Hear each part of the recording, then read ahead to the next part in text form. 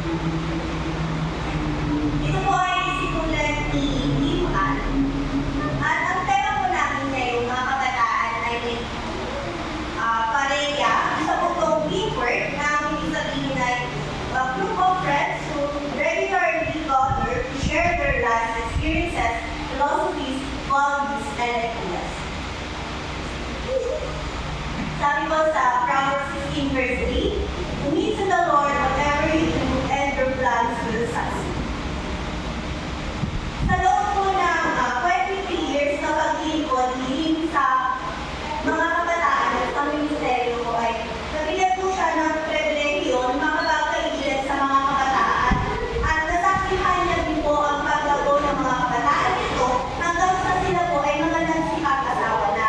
Gayun pa man ay meron pa rin po siyang nararanasang struggle. Pinag-iisipan niyo pa rin po kung paano po ba patuloy ng mga kabataan ito na may nakahati ang gospel at paano po niya pa ma-encourage sila na mabuo sa ating ministeryo. Mga kaibigan po ay nilawasan po si Liman ng vlog ng isang kabataang lalaki at ganito po ang sinasabi. Ang dahilan kung bakit ayaw kong pumasok sa klase at sa paaralan ay kadahilan ng likas-gas isinila ng mababa ang IQ. Kaya kahit gaano ka pa magsikap, mananalo pa rin yung matataas ang IQ. Alam po po na marami po ang makakaliit sa atin sa vlog ng kabataan ito. Naniniwala po ako na meron po kasi sa ating lipunan na mas nakakagulat po yung mga kabataan o yung mga tao po na mas na-achieve po nila yung success nila sa pamamagitan ng pagiging excellent nila sa kanilang paaralan.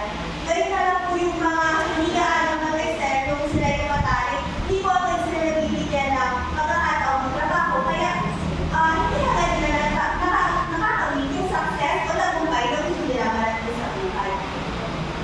At sa lipunan po kasi na ating ginagalawan ay nagiging batayan po kung ano po yung success natin. Ito na yung nagiging basis ng tagumpay sa atin. At sa proseso po ito ay madalas na ihahambing po tayo sa iba. Sinasabi po ng iba na, bakit si ganito? Narating nila yung ganitong tagumpay. Bakit daw nandiyan ka pa rin? At sa ganito pong sistema, nagtutulog po ito ng diskriminasyon.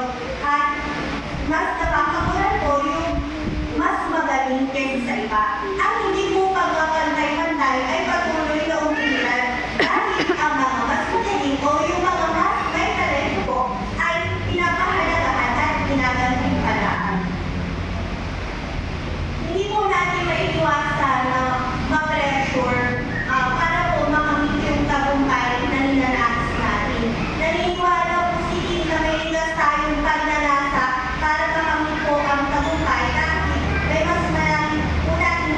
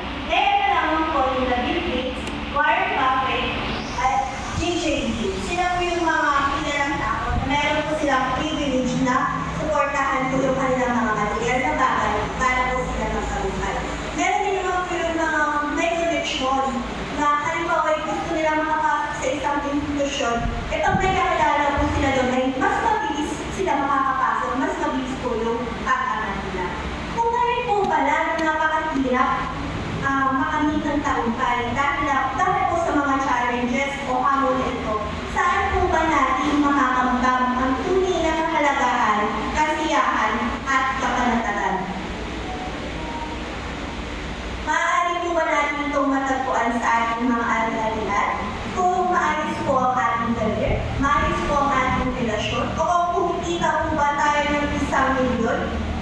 Opo, ito po yung mga blessings sa atin, pero pinapaalala po sa atin ng Diyos na ang mga bagay nito ay hindi po permanente sa mundo ito.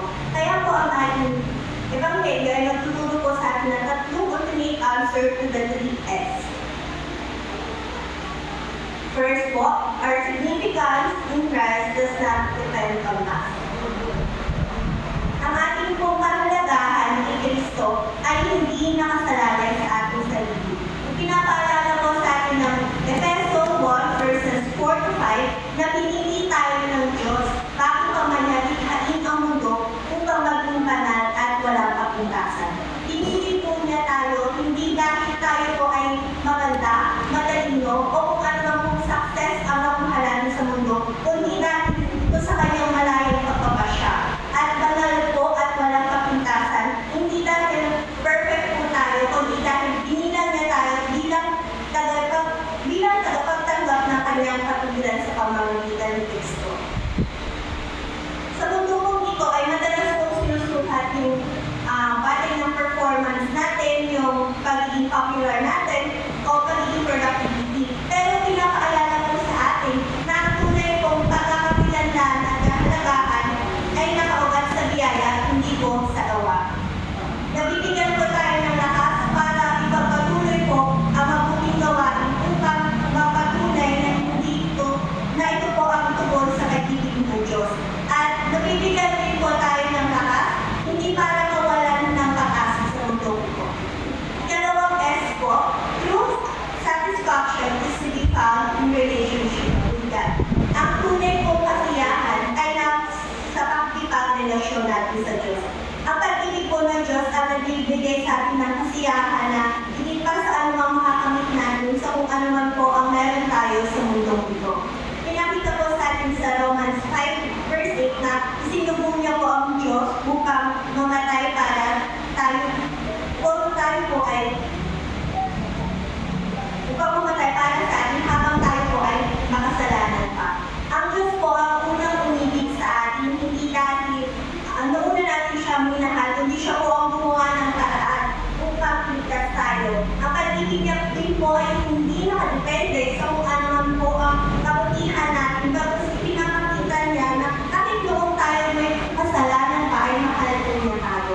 At ang sakripisyo niya po doon sa krus ng Kalbaryo ang kanyang sumunang pag-ibig sa atin. Marami po sa atin ang naghahangad ng kasiyahan at inisip natin na nakukuha po natin ito kung tayo po ay successful sa ating career, sa relasyon, at kung nakuha po natin lahat ng material na bagay na gusto natin sa mundo ito. Ngunit, alam po natin hindi ito permanente, kaya nauuwi po ito lahat sa kawalan at sa pagod. Napakahalaga po na pinapaalala sa atin na ang kasiyahan po na hindi nawawala ay matatagpuan lang po natin sa Diyos na kahit kailan ay hindi po nagbabago. Ang pakikipagrelasyon po natin sa Diyos ang magbibigay po sa atin ng kapayapaan sa gitna ng kaguluhan, pag-asa po sa gitna ng kabiguan, at siya din po ang nagbibigay sa atin ng layunin sa gitna ng kawalan ng direksyon. Ikalawang S po, true security comes from an internal relationship with God. Ang tunay po kapanatagan ay nasa walang hanggang relasyon sa Diyos. Ang Diyos po ay walang hanggan at ipinangako po niya sa atin ang buhay na walang hanggan. At dahil dito po ay may tiwala po tayo sa Kanya na hindi po mawawakas ang ating relasyon sa Kanya. Sabi nga po ni Blaise Pascal na isang French mathematician, there is a God-shaped vacuum in every man's heart. Ang Diyos lamang po ang makakapagpuno doon sa puso po natin. Ang Diyos lamang po na hindi nagbabago ang makakapagpuno po sa atin ang kawalan ng kasiguraduhan sa buhay.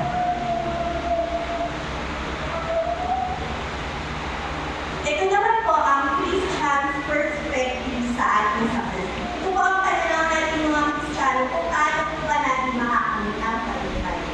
Una po, success is ultimately a blessing from God. Ang tagumpay po ay biyaya ng Diyos. Ang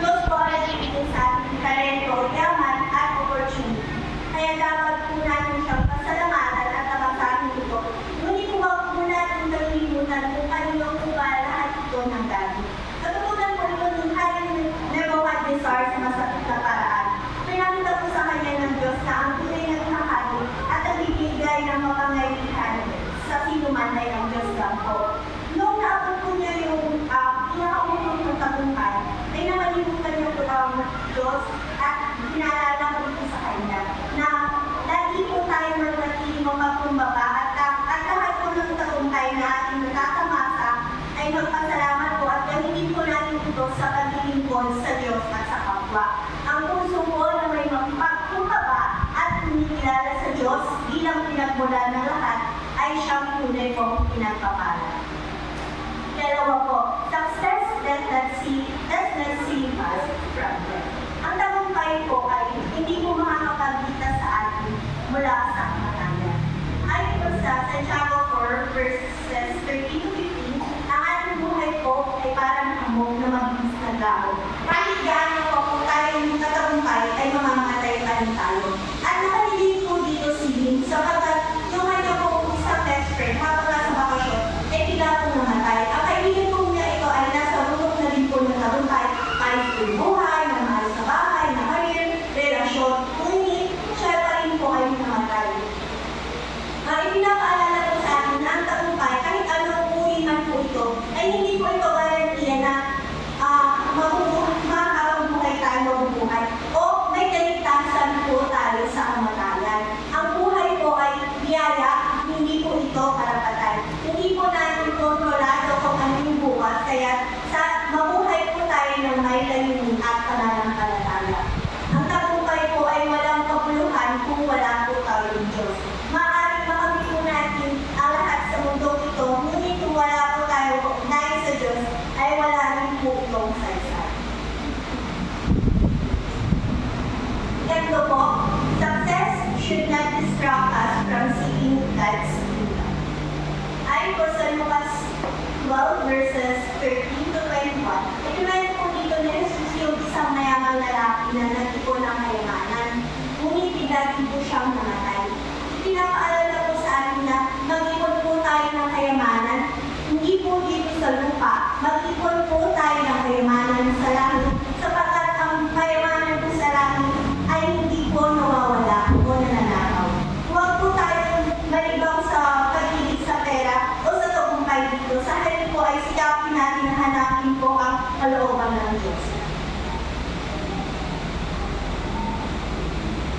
At nag-iwan po ako ng tatlong reminders na galing sa Bible.